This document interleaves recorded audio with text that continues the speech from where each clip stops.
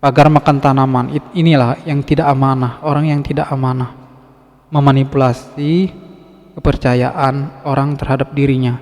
Sedangkan di dalam Amsal 28:20 kan, orang yang dapat dipercaya, bunyinya orang yang dapat dipercaya mendapat banyak berkat, tetapi siapa yang ingin cepat menjadi kaya tidak akan luput dari hukuman. Amsal 28:20. Sedapat-dapatnya kita harus menjaga kepercayaan orang terhadap kita. Dan ini juga salah satu cara, bukan salah satu cara ya, salah satu ciri bahwa kita itu percaya sama yang di atas. Untuk apa toh kita menyisipkan motif pribadi terhadap kepercayaan orang terhadap kita, yang diberikan kepada kita, yang ujung-ujungnya membuat kita mendapat hukuman seperti di 28:20 tadi. Tapi siapa yang ingin kaya, ingin cepat menjadi kaya, tidak akan luput dari hukuman. Ini bertentangan dengan ini sebenarnya para koruptor itu. Mereka ingin cepat menjadi kaya atau tidak puas dengan apa yang ada gitu. Ketidakpuasan dan ketidakamaнаhan itulah yang menjadi motif orang menjadi seorang koruptor. Coba kalau dia cukup puas dengan gajinya sebagai anggota dewan atau apakah itu, pasti dia tidak akan ikut-ikutan yang lainnya untuk ikut koruptor, untuk ikut korup gitu. Atau kalau dia ingin kaya tapi melalui cara yang wajar, tidak ingin melalui cara yang instan dengan korupsi, pasti dia juga akan awet. Kalaupun dia harus dilengserkan sebab tidak bisa diajak untuk bersubahat. Ya, saya mengartikan bersubahat itu bersekutu atau bekerja sama dalam hal yang tidak bagus. Kalau mungkin artinya kurang pas ya mohon maaf, karena itu dari orang seberang istilahnya. Saya adopsi di sini. Jadi kalau kita bersekutu dalam hal yang tidak bagus, terus kita tidak bisa gabung sama orang-orang yang seperti itu, biasanya kita yang terpental, dan ini pengalaman pribadi saya. Kalau orang yang tidak mengerti, yang hanya menilai sesuatu dari satu sisi, pasti yang dinilai itu, oh yang terpental itu yang salah. Padahal belum tentu juga. Karena biasanya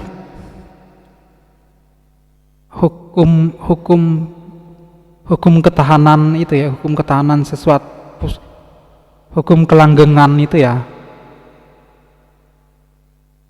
berbanding lurus dengan jumlah.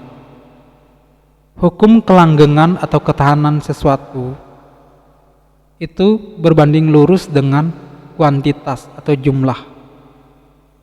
Apabila jumlahnya banyak, sekalipun itu tidak pada tempatnya, maka itu akan diusahakan tetap di situ gitu. Sekalipun itu tempatnya, tapi kalau jumlahnya sedikit, maka itu akan dipindahkan ke tempat yang anggotanya ramai. Gitu.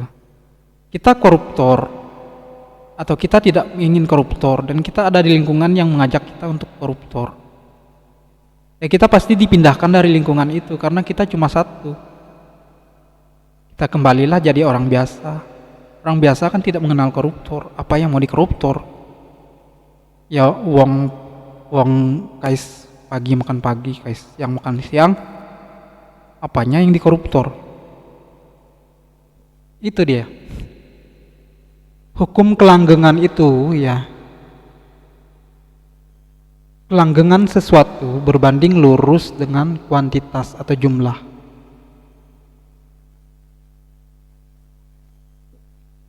Oke, kita lanjut.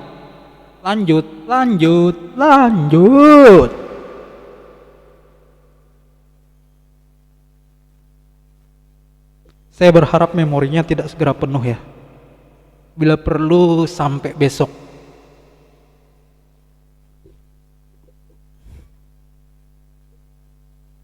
Saya ingin melatih diri saya untuk bisa mengungkapkan apa yang saya rasa, karena selama ini itulah yang menjadi kelemahan saya. Saya terlalu sukar untuk mengungkapkan apa yang saya rasa, sehingga orang dengan mudah untuk secara tidak langsung ingin mengendalikan hidup saya.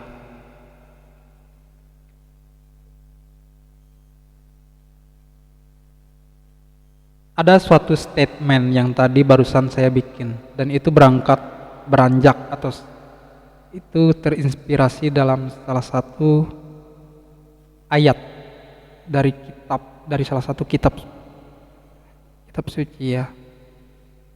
Begini statementnya, seorang fitiator suka mencela orang yang melakukan dan atau mengatakan sesuatu yang benar. Saya ulangi, seorang vitiator atau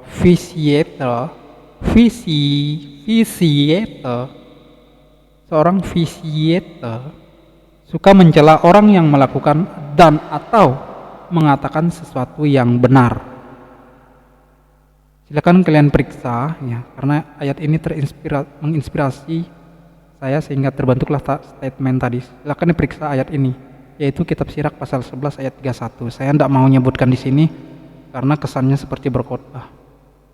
Tapi faktanya memang terinspirasi dari ayat itu sehingga terlahirlah statement tadi. Kita sering berhadapan dengan orang yang seperti itu ya, makanya saya tergerak untuk membentuk statement itu. Sehingga suatu ketika saya sudah tidak mampu lagi untuk berhadapan dengan orang itu, biasanya mereka itu lebih cerdas loh dengan kita. Lebih cerdas mereka.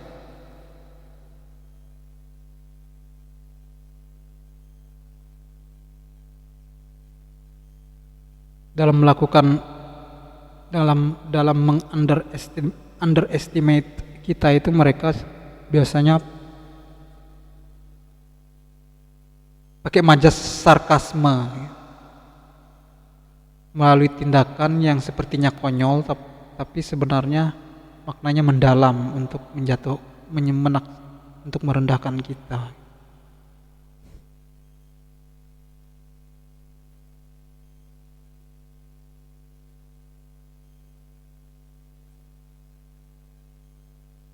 Itu salah satu cara orang mengendalikan hidup kita. Karena mereka itu jengkel atau kesal dengan kita karena kita itu tidak berhasil mereka jadikan kacungnya, asisten pribadi gratis ya, tanpa bayaran. Orang Malaysia bilang PA percuma dia. Sebab kita itu ndak mau jadi PA percuma dia, makanya dia jengkel sama kita. Jadi ketika ketemu dia sudah siap dengan sarkasnya tadi, tindakan sarkasme tadi yang sudah dia bentuk sedemikian matang untuk pas ketemu kita langsunglah dia memerankan itu untuk merendahkan kita. Atau bermacam-macam ragam lah intinya ya. Orang yang seperti itu tidak perlu mempengaruhi kita. Anggap aja dia itu anak kecil yang masih perlu banyak belajar, yang masih perlu banyak diajar, entah siapalah yang mengajarnya. Mungkin yang pastinya ada yang akan menegur dia, bukan kita pastinya, karena kenyataannya kita di mata dia itu kita mudah untuk dia kendalikan. Terbukti dia seenaknya gitu bisa underestimate kita dengan tindakan sarkastik dia itu, tindakan yang sepertinya konyol tapi sebenarnya maknanya untuk merendahkan kita itu.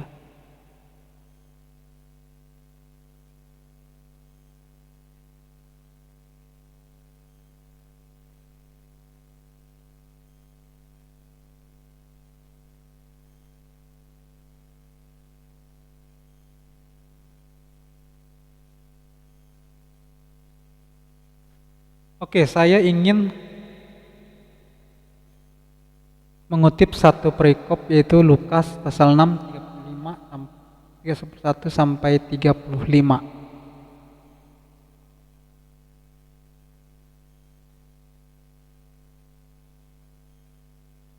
Lukas 36 31 sampai 35. Intinya di sana membahas tentang ketidaktulus ikhlasan orang dalam melakukan kebaikan. Ketidaktulusan melakukan hal yang baik berdasarkan prinsip hukum dagang atau prinsip ekonomi, dengan pengorbanan atau usaha yang sekecil-kecilnya untuk mendapatkan keuntungan yang sebesar-besarnya. Ini barusan saya alami kemarin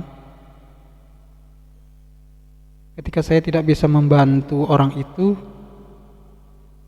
makanya orang itu tidak mau membantu saya.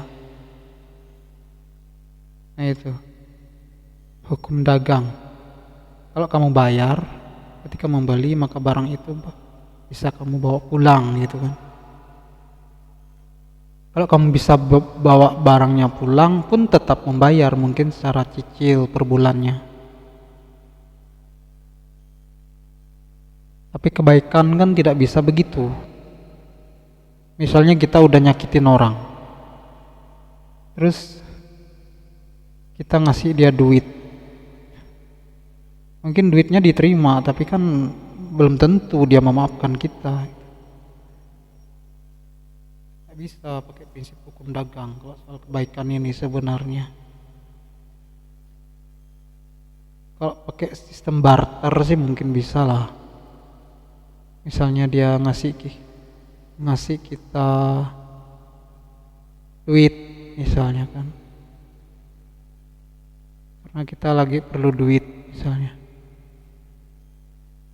Ya kita ketika dia minta diantar kemana gitu, kita harus siap gitu, sistem barter. Tapi kalau sistem pakai hukum dagang, kalau ada uang ada barang sih kayaknya enggak bisa lah. Habis nyakitin orang kita kasih duit terus dimaafkan gitu, enggak menjamin.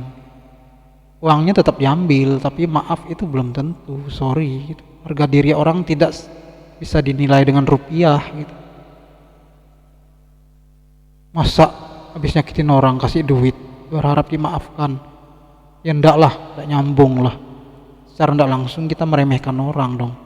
Bahwa perasaan orang itu bisa kita mainin dengan duit ataupun barang. Habis ngasihkan orang, habis bikin dia marah, kita ngasih dia kue misalnya. Anak kecil sih mungkin masih bisa lah, dia kan belum terlalu ngerti. Tapi kalau orang yang udah sama-sama mengerti, masa habis bikin orang kecewa kita ngasih dia barang gitu. Mungkin bagi orang tertentu bisa lah. Mungkin bagi orang yang tingkat pemaafnya sangat tinggi gitu, orang yang beriman pastinya. Tapi kalau untuk orang rata-rata kayaknya enggak lah. Syukur-syukur kalau barang itu diambilnya, tapi kalau lebih celakanya lagi barang itu diambil tapi dia tidak memaafkan kita gitu. Tapi kita udah kepedean, oh dia udah maafkan saya, buktinya barangnya dah diambil gitu. Padahal dia cuma mau barangnya kita. Tapi masalah kesakitan yang dia peroleh dari kita nanti ada waktunya kau akan mengalami itu dalam hatinya. Hati-hati loh ya. Jangan habis nyakitin orang kita sogok dengan kasih sesuatu, itu ndak menjamin akan dimaafkan itu. Ingat kalian ya. Terima kalian yang bodoh secara psikologi itu. Jangan habis nyakitin orang memaafkannya dengan ngasih sesuatu gitu. Secara ilmu psikologi itu ndak pernah dibahas yang kayak gitu. Itu psikologi on dari kalian itu. Ya kalau habis nyakitin orang ya gimana kayak caranya gitu. Kita ndak usah kayak kasih duit, kasih HP, belikan pesawat gitu. Pesawatnya sih diambil tapi tidak akan dimaafkan gitu. Kok memang dia memang udah sakit betul karena kita. Itu dia inti Injil Lukas pasal 6 ayat 31 sampai 35. Kemudian Matius pasal 7 ayat 3 sampai 5. Ini tadi ada hubungannya dengan peribahasa gajah dengan kuman itu ya. Gajah dan kuman itu dia. Bunyinya pun kita semua udah tahu lah, mau disebutkan di sini bosan juga rasanya. Ibaratnya kalau binatang yang mati itu udah busuk gitu. Dan tidak bisa lagi dia pegang. Dagingnya pun udah copot-copot dari tulangnya, udah busuknya gitu peribahasa ini. Intinya tentang kuman dan gajah. Itu dia Matius pasal 7 ayat 3 sampai 5. Ini kalau di zaman Yesus itu ya orang-orang yang seperti ini orang Farisi. Terbukti ketika mereka berdoa ya lagi berdoa di gereja itu. Di Lukas pasal 18 ayat 9 sampai 14 tuh. Dia bilang orang Farisi di sana dikisahkan orang Farisi itu persis dalam dirinya persis seperti ya dalam diri orang Farisi itu seperti yang dikisahkan di Lukas 18:9-14 itu persis seperti yang di 1 Yohanes pasal 1 ayat 8 itu persis sekali.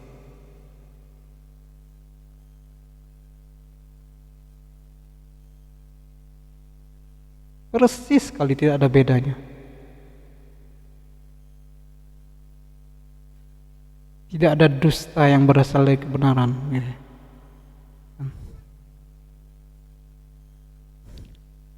Yang mana kata Yohanes 8:44 itu dan Yakobus 3:16 itu ajaran setan yang diajarkan oleh bapak kita yaitu iblis gitu. Kan Sirak 7:13 bilang kan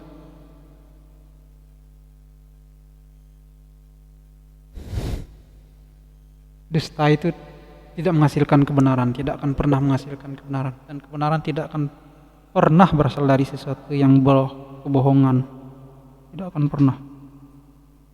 Dusta itu ya asalnya ya dari bapaknya yaitu iblis. Dusta itu kan ajaran setan, bukan ajaran Tuhan.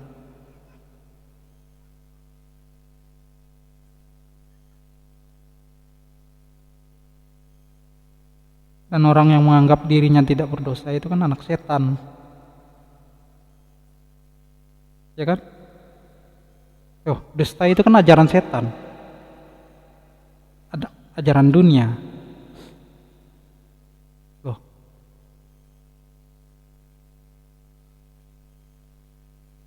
Sedangkan orang yang bilang dirinya tidak berdosa itu berarti dusta dan tidak ada kebenaran di dalam dirinya. Berarti kan orang yang bilang dirinya tidak berdosa itu kan berarti anak setan gitu.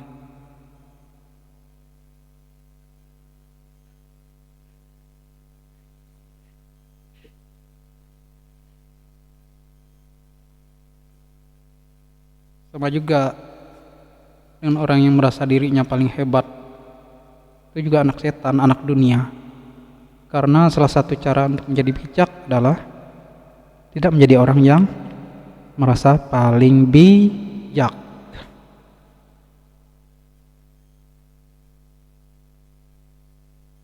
Sirak 13:2 di sana disebutkan jangan bersekutu dengan orang yang lebih kaya daripada dirimu. Loh, kok dimarah sih? Masa mau kawan dengan orang yang sama-sama ndak punya? Gimana dong kalau lagi susah kan susah kita. Sama-sama ndak punya, mau minta bantu mana dia bisa bantu? Ya harus kita cari orang yang lebih dari kita lah untuk berteman. Biar kalau kita ndak punya kan kita bisa minjam gitu loh. Memang bodoh juga kitab suci ini. Masa bilang jangan bersekutu dengan orang yang lebih kaya daripada dirimu katanya. Sirak 13:2. Gimana-mana kalau cari jodoh juga cari yang lebih kaya. Bisa-bisa saya bakar di kitab suci ini. Yang betul-betul juga sedikit ngajarin orang. Masa jangan bersekutu dengan orang yang lebih kaya daripada dirimu.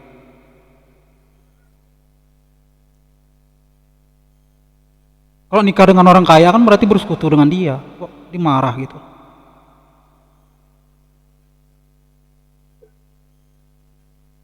Emang loh.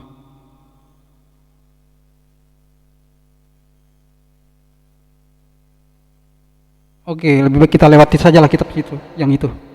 Kita buka Ibrani pasal 11 ayat 24 sampai 26. Ini mengisahkan tentang iman Musa. Sebentar ya, kita buka Ibrani 11 24 sampai 26. Saya bandak hafal.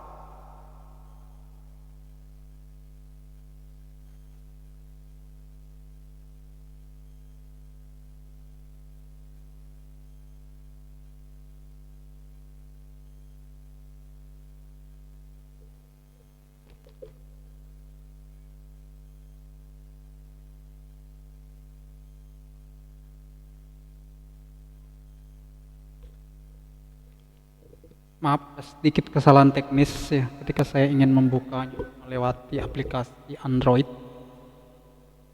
Ternyata ada error. Oh, Ibrani tadi 11 24 26 ya.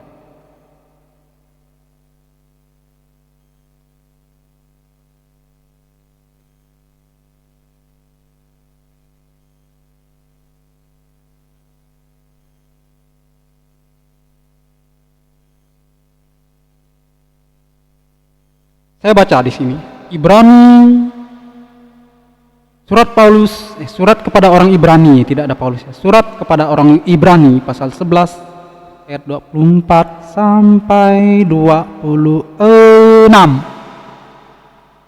Karena iman maka Musa setelah dewasa menolak disebut anak putri Fir'aun, karena ia lebih suka menderita sengsara dengan umat Allah daripada untuk sementara menikmati kesenangan dari dosa. Ia menganggap penghinaan karena Kristus sebagai kekayaan yang lebih besar daripada semua harta Mesir. Sebab pandangannya ia arahkan kepada upah. Siapa yang tidak kenal Musa? Kita mengenalnya sebagai Nabi Musa yang menyelamatkan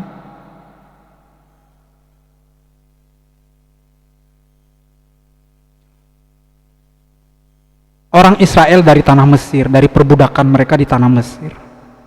Zaman itu ya, zaman Musa itu ya, ada semacam penjajahan lah istilahnya, kolonialisme, penjajahan model dulu ya.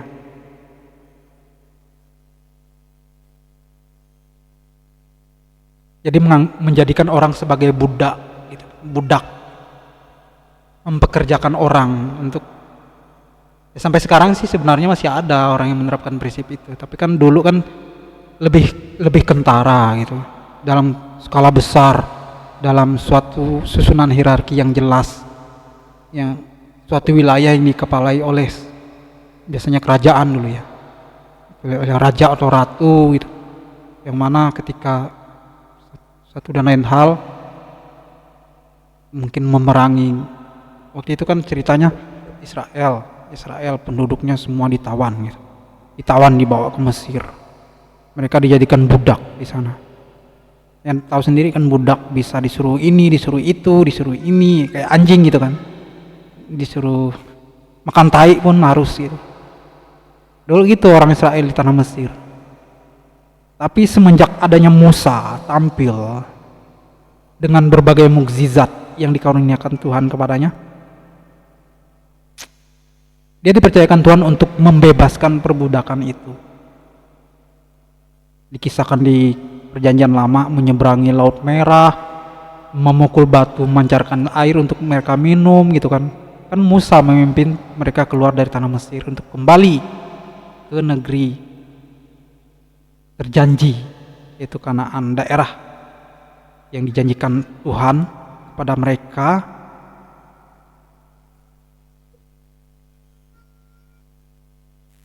Yang akan dibawa Musa, mereka akan dibawa Musa untuk pergi ke situ. Dalam perjalanannya banyak suka duka, bukan waktu yang sebentar ya. Saya lupa di Perjanjian Lama itu mengisahkan berapa lama mereka itu. Musa itu sampai Musa itu tutup usia kalau tidak salah itu. Sampai Musa tutup usia kemudian dilanjutkan oleh Yosua. Itu. Bayangkan berapa lama gitu. Sampai umur hidup Musa aja tidak cukup untuk membawa mereka untuk hijrah dari Mesir ke Kanaan. Nah, itu dia Musa, nabi, seorang nabi yang bisa melakukan berbagai mukjizat dan dipercayakan Tuhan. Tuhan telah menurunkan ke 10 perintah Allah di Gunung Sinai kepada beliau. Itulah dia Musa. Nah, di sini dikisahkan Musa waktu itu ya, Musa ya. Dia itu sebenarnya posisi dia itu enak loh. Ceritanya gini, Musa itu ya. Sebenarnya itu dia itu anak orang biasa. Anak rakyat jelata. Tapi ketika itu diadakan kebijakan oleh pemerintah setempat untuk membunuh anak laki-laki atau bayi laki-laki di daerah itu. Harus dibunuh gitu, anak sulung ya, anak sulung. Musa ini kan anak sulung, laki-laki kan. Tapi oleh orang tuanya mereka sayang, keberatan gitu. Daripada dibunuh, mendingan dihanyutkan aja gitu. Dihanyutkan di sungai. Kalau dihanyutkan kan belum tentu juga meninggal. Bisa saja ada orang yang baik. Memang betul, ada orang baik, putri Fir'aun yang kala itu menemukannya di sungai, diselamatkan.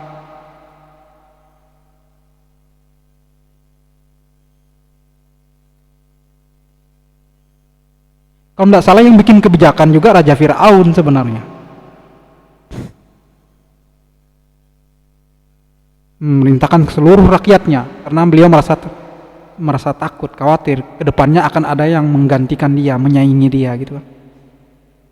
Kalau perempuan kan tidak perlu dibunuh lah, kan tidak mungkin. Makanya disuruh membunuh bayi laki-laki. Masuklah Musa ini ketika lahir, tapi sama ibunya sayang, tega gitu, dihanyutkan ke sungai. Tapi celakanya yang menemukan itu justru putri Firaun dan diselamatkan. Makanya ketika dewasa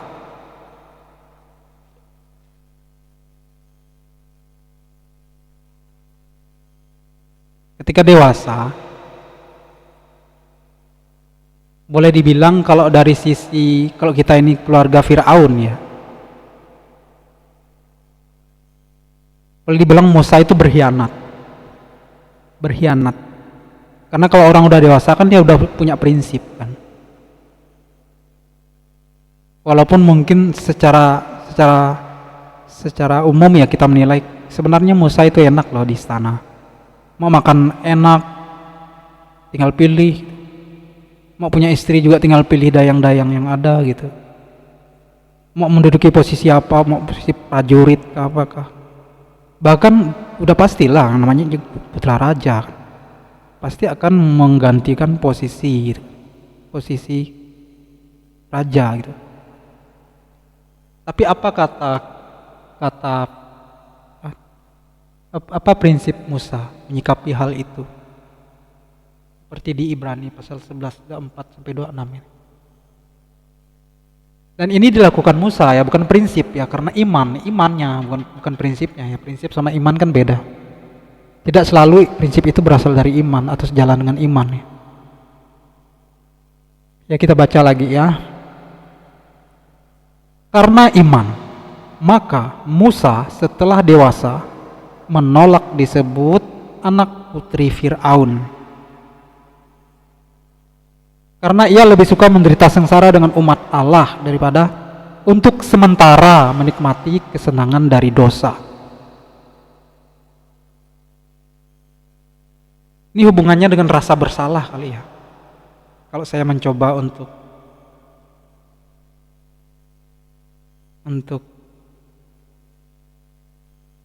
mengerti seolah-olah kita ingin mengerti gitu. Kenapa Musa sampai seperti itu gitu? Kok bisa begitu gitu? Kayaknya konyol gitu kan, malah meninggalkan katanya kenikmatan itu, kesenangan itu cuma sesaat katanya. Segala apa yang ada di istana itu. Malah lebih memilih menderita. Lebih suka menderita sengsara dengan umat Allah. Dan dia bilang kesenangan segala kemewahan di istana itu kesenangan dari dosa dan sifatnya sementara. Itu pandangan Musa ya. Makanya dia lebih memilih menderita sengsara dengan umat Allah.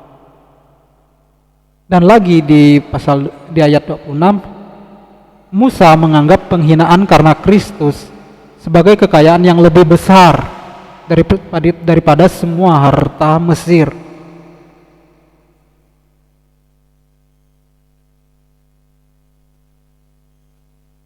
Luar biasa ya.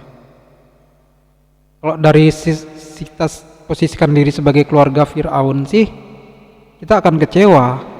Kita akan menilai Musa ini tidak tahu berterima kasih, tidak tahu diuntung gitu. Dikasih yang enak malah milih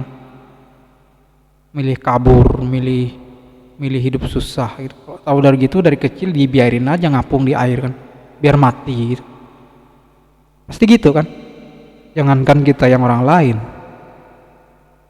Seorang ibu aja kalau lihat anaknya menyakiti, tidak segan-segan ngomong. Kalau tahu kamu bakalan kayak gini dulu pas lahir biarin aja kamu, ndak ku susu atau ku kasih orang atau ku lempar aja ke sungai sana biar dimakan buaya kan. Orang tua sendiri itu. Apalagi ini hanya sekedar mengadopsi anak orang terus anak-anak yang diadopsi itu malah, maaf kata ya dalam tanda kutip, bahasa sehari-hari kita malah bertingkah, belagu. Kan sangat mengesalkan sekali. Udah dibesarkan, udah dikasih enak, kok malah belagu. Nggak tahu diuntung, nggak tahu terima kasih. Bahkan malah, maaf kata ya, kalau udah memihak ke Allah itu berarti apa? Berarti udah berlawanan dengan Fir'aun kan, dengan keluarga tempat yang membesarkan dia kan. Berkhianat itu. Kalau dalam bahasa orang tua itu durhaka dia itu.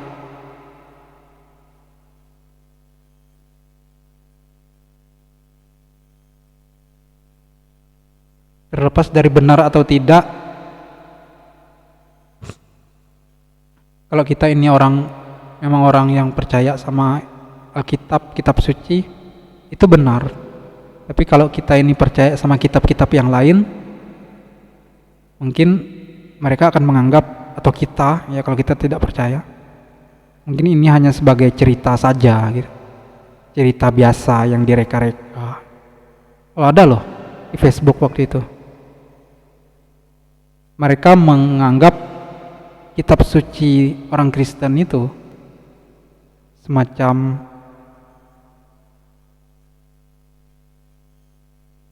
kisah yang dikarang-karang gitu. Yang direka-reka, pokoknya kayak novel apa istilahnya,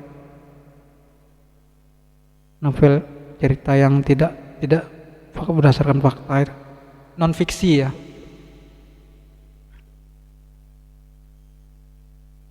kayak novel kayak itulah pokoknya.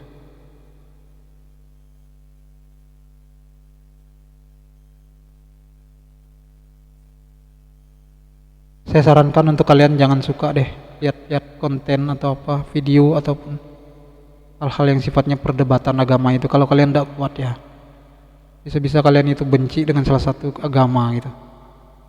Yang pastinya sisi positifnya kalian akan kembali ke keyakinan kalian semula,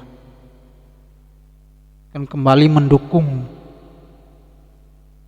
keyakinan yang semula kalian ya yang dari kecil kalian pegang ya.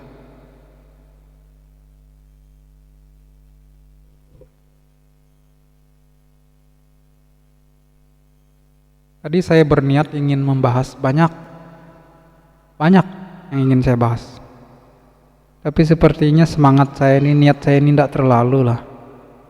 Saya tuh lebih ingin curhat, ngomong biasa daripada bawa kitab suci. Karena di samping saya ini saat ini lagi ya lingkungan saya ini lagi tidak mendukung sih.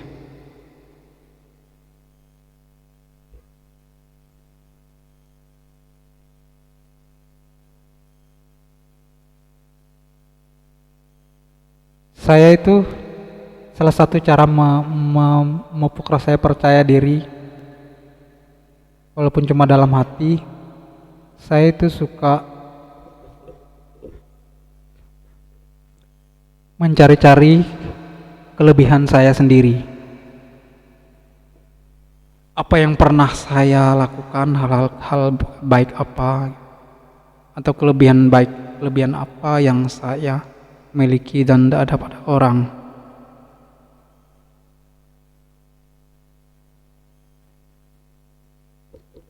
Emang agak susah sih, sekarang aja saya lagi mikir-mikir apa ya.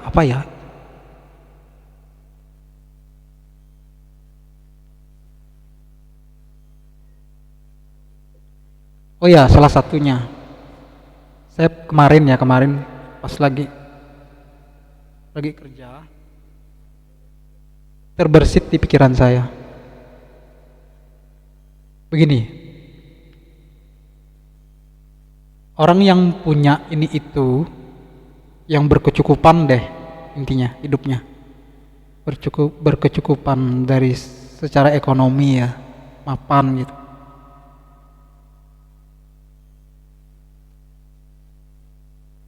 Kalau mereka menjadi orang yang baik itu wajar. Mereka bisa menjadi orang baik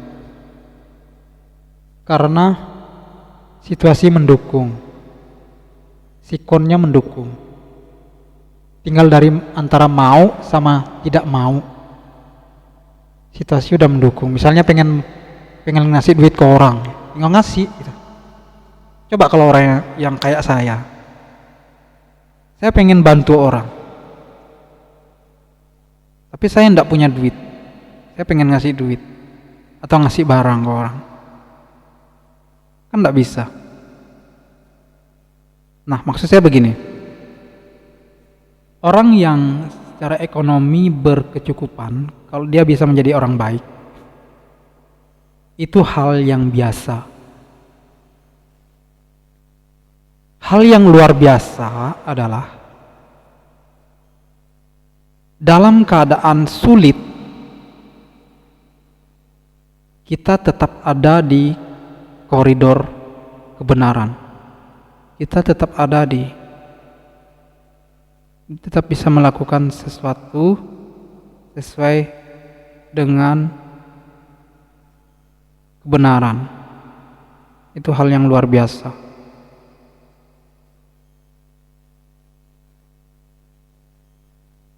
Lalu apa orang yang berkecukupan secara ekonomi itu tidak ada godaan, tidak ada cobaan, sehingga mereka mudah untuk berubah ke arah yang lebih baik. Saya sih tidak pernah merasa ya macam mana rasanya hidup berkecukupan, cuma sebatas melihat. Jadi kurang afdol kalau saya ngomong, tapi saya mencoba lah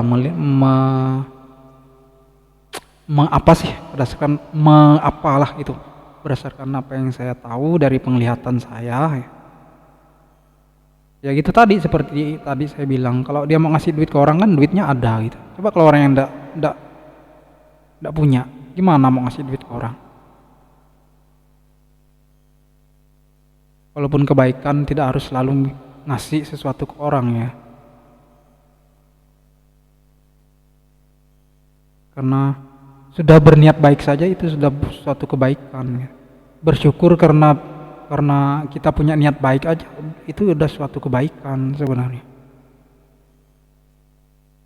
Kayak saya niat saya itu saya suka gini ya, pengen bisa berarti gitulah, bisa meringankan, membantu orang gitu, membantu dalam tanda petik cara saya ya. Membantu itu kan beda orang beda kriteria. Ada yang orang yang mengartikan bantu seperti ini gitu.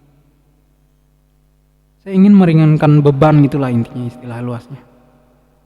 Meringankan beban orang, karena saya mendapati diri saya merasa dada saya itu lega setelah melakukan itu. Tapi saya itu hampir tidak pernah punya kemampuan untuk itu. Kenapa dibilang hampir tidak pernah? Karena pernah saya melakukan itu, tapi bisa dihitung. Tidak nyampe mungkin 3 kali atau 10 kali. Itu sudah ada niat baik saja, itu sudah suatu kebaikan. Kan? Yalah, kita punya niat baik, berarti kita kan kalau kita punya sesuatu yang lebih, itu kecenderungan kita ingin berbagi. Dan orang yang jahat tidak mungkin ada niat kayak gitu. Tidak mungkin. Mustahil. Kalaupun dia melakukan pun itu atas dasar pencitraan, atas dasar tepuk tangan secara horizontal, apresiasi dari sesama, pencitraan, minta dipuji, cari muka. Itu dia orang jahat. Orang jahat yang melakukan kebaikan itu tidak tulus ikhlas,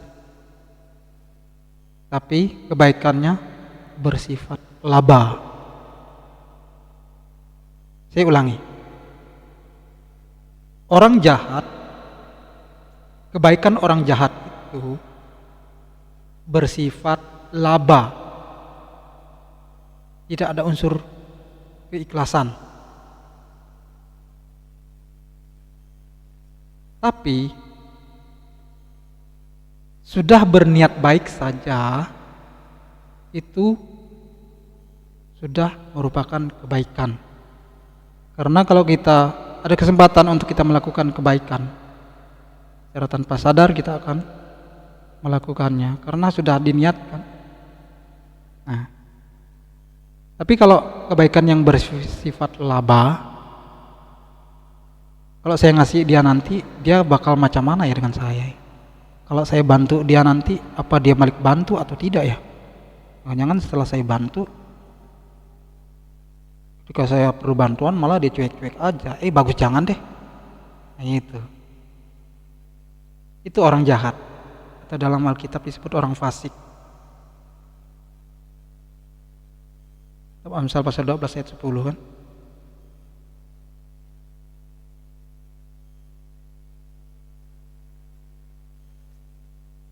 Belas kasihan orang fasik itu kejam.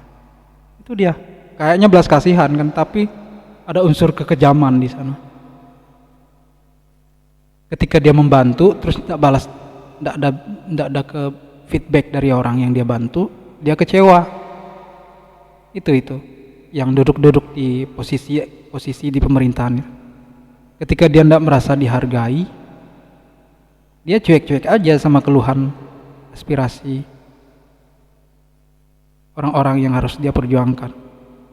Karena dia merasa dia aja tidak dihargai kok.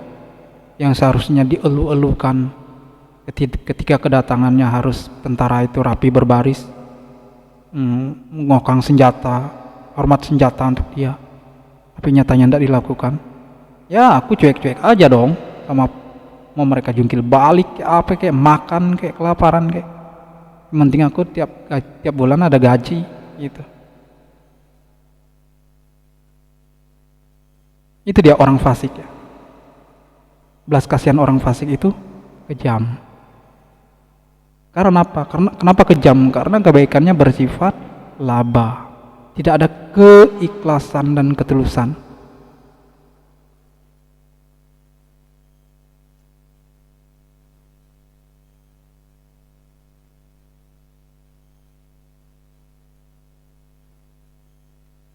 Bahkan hatinya mengingini kejahatan, dan ia tidak menaruh belas kasihan sebenarnya. Ya, sebenarnya ia tidak menaruh belas kasihan. Kenapa belas kasihannya dikatakan kejam? Karena ia sebenarnya tidak ada rasa belas kasihan di dalam hatinya sama orang. Kenapa lalu ujung-ujungnya belas kasihan yang dia lakukan itu disebut kejam? Karena tadi bersifat laba, jauh dari keikhlasan. Demi pansos pencitraan.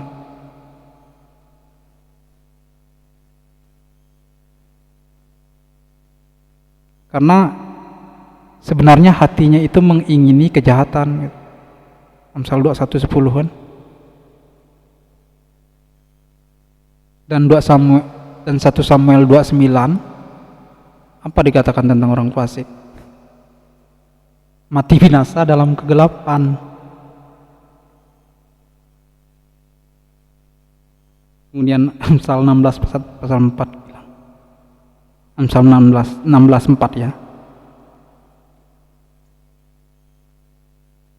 Orang fasik dibuat Tuhan untuk hari malapetaka.